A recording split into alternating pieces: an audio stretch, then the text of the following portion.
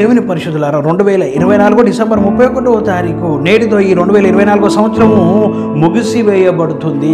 ప్రతి క్రైస్తవుడు విడిచిపెట్టవలసినవి పాపములను విడిచిపెట్టాలి. మత్తు పదార్థాలకు బానిసైనటువంటి వారు మత్తు పదార్థాలను విడిచిపెట్టాలి.